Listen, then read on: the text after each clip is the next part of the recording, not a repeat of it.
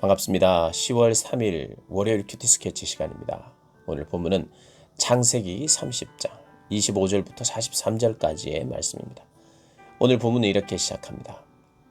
라헬이 요셉을 낳았을 때에 야곱이 라반에게 이르되 나를 보내어 내 고향 나의 땅으로 가게 하시되 내가 외삼촌에게서 일하고 얻은 처자를 내게 주시어 나로 가게 하소서. 내가 외삼촌에게 한 일은 외삼촌이 아시나이다. 오늘 본문은 이제 야곱이 고향 땅으로 돌아가겠다고 이제 외삼촌 라반에게 이야기합니다. 이제까지 내가 수고했으니 내 품삯으로 준 내 자녀, 내 부인 자녀들을 데리고 나는 가겠다 이렇게 이야기합니다. 근데 라반이 야곱 때문에 복을 받은 걸 알아요. 야곱 때문에 재산이 많아졌어요. 여호와 때문이라고 지금 고백도 합니다. 그래서 더 머물라 하면서 이제 품삯을 협상합니다. 이제는 자기의 야곱도 재산을 모아야 되니까 이제까지는 재산을 못 모았던 것 같아요. 라반이 굉장히 그 야곱을 조카인데 부려먹었어요. 종처럼. 그래서 이제 야곱이 그렇게 떠나겠다. 그리고 나서 이제 품삯을 이렇게 협상하는 그런 본문입니다. 오늘 이제 요셉을 낳았어요. 요셉을 낳았을 때가 몇 살 정도냐? 한 90살이 넘었습니다. 추정해보면 굉장히 나이가 많았죠. 90살이 넘었으면 왜냐하면 이제 노년에 얻었다 그랬고 그가 137세까지 살았는데 130살을 넘겼죠. 130년을 넘게 살았고 요셉이 30세에 국무총리가 되고 이런 거 저런 것을 그래 다시 130 요셉이 39세 정도 때 야곱이 그를 만났으니까 그리고 그가 137세에 죽었으니 이렇게 저렇게 계산을 해보면 한 90세 정도 넘어서 요셉을 낳았어요. 노년에 낳았습니다. 그것도 놀라운 일이죠.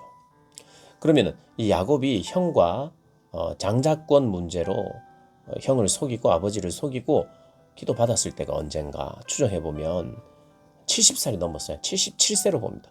그러니까 굉장히 건장한 청년, 이제 막 직장을 얻어야 하고 뭔가 인생을 좀 힘차게 살아야 될 그럴 나이가 아니었다는 걸 우리가 보게 됩니다. 물론 창세기를 이렇게 바라보고 연구하는 이 학자들이 이 나이법에 대해서 이 성경에 나오는 창세기에 나오는 사람들의 나이를 계산하는 것이 여기에 나온 것만 추정해서 다 계산하는 것이 맞는가 하는 그런 의문도 품기도 합니다.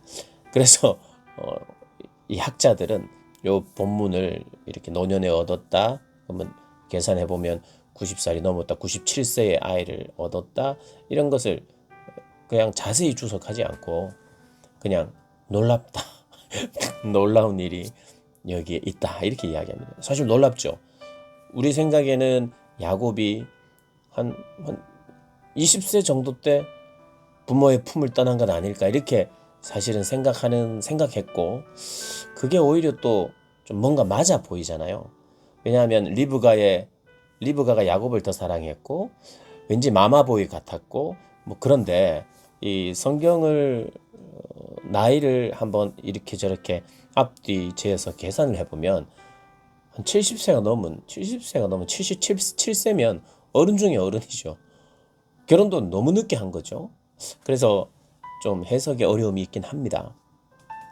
그래서 정확한 나이를 우리가 알 수는 없으나 뭐 하나님께서 또 이 성경의 우리가 이야기들을 그 나이를 정확하게 이야기할 때는 그대로 믿는 수밖에 없어요. 어쨌든 늦은 나이다. 노년에 요셉을 얻었다는 건 맞아요. 그러니까 그 노년이라는 것이 이때를 계산해 보면 90세가 넘었다. 라반의 집에서 90살이 넘은 할아버지가 종처럼 일을 했고 이제 모아놓은 재산이 없는데 다시 여기서 일하겠다는 것도 참 놀랍습니다. 그래서 이제 어떤 협상을 하냐면 어떤 품삯을 어떻게 정하냐 하면 32절에 보면 오늘 내가 외삼촌의 양떼에 두루 다니며 그 양 중에 아롱진 것과 점 있는 것과 검은 것을 가려내어 또 염소 중에 점 있는 것과 아롱진 것을 가려내리니 이 같은 것이 내 품삯이 되리라. 라반에게 좀 약해 보이는 거, 아롱진 거, 안 예쁜 거 이런 것이 내 품삯이 되게 해달라. 그러니까 주인의 입장에서는 그거 괜찮다. 어차피 뭐 상품성이 떨어지는 것이니까 그렇게 이제 허락을 했어요. 그런데 하나님께서 여기 개입하십니다.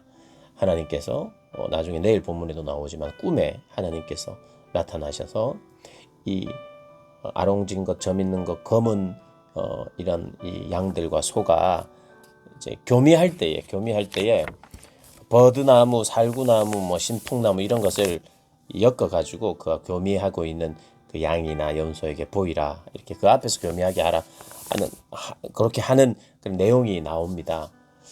라반은 사실 그 이야기를 듣고는 이제 점 있는 것, 얼룩진 것이 정상 이제 점 없는 것과 교미를 하면 이게 섞여서 나올 수 있으니까 점 있고 얼룩진 것을 완전히 떼내어서 야곱에게 주고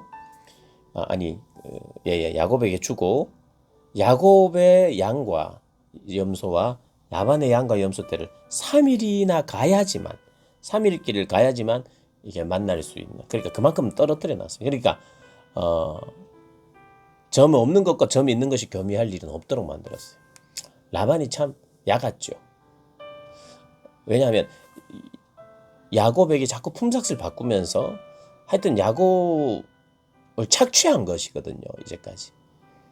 그런데 이제 제대로 이제 품삯을 이제 눈에 보이도록, 만약에 점 있거나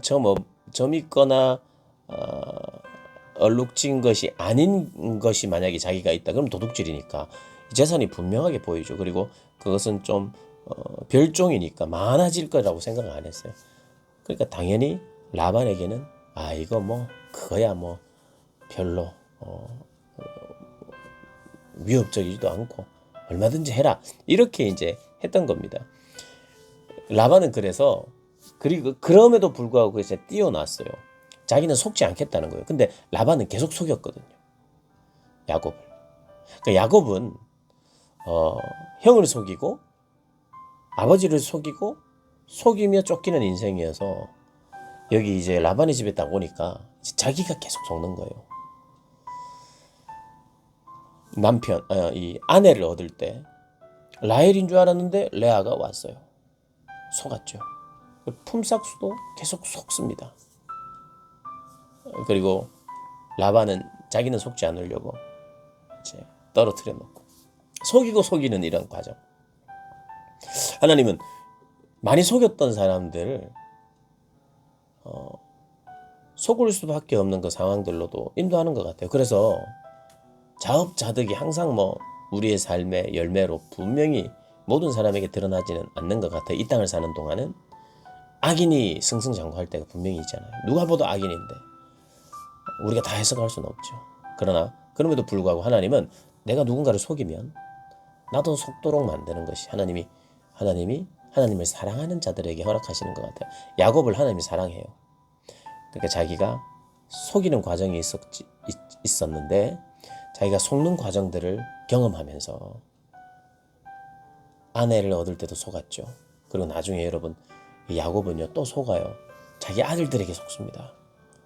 사랑하는 요셉, 오늘 나오는 요셉 있죠. 요셉이 죽었다고, 노예로 팔아버렸는데 죽었다고 하잖아요. 그런 속는 경험들을 계속합니다. 이 창세기에 좀 반복되는 주제 중에 하나인 것 같아요. 정직함을 요구하는, 정직하지 않을 때 이 파장 효과, 정직하지 않을 때 내 주변에 나타나는 불행, 이런 것을 조금 부각해서 다루고 있는 것 같아요. 사랑하는 여러분, 속이지 마십시오.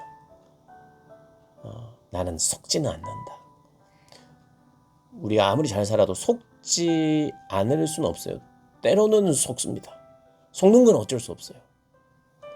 그리고 그리스도인들은 속을 확률이 많아요. 왜냐하면 다른 이들의 말을 더 들어줘야 되고 한 번 더 기회를 줘야 되고 이런 사람이니까 속는 경우가 더 많을 거예요. 그러나 반대로 속여서는 안 돼요. 내가 많이 속았기 때문에 나도 누군가를 속이자, 이래서는 안 되죠. 내가 만약에 속이면 속는 일들이 더 많아질 겁니다. 속이는 일 중단하시는 여러분 되시기를 주님의 이름으로 축복합니다.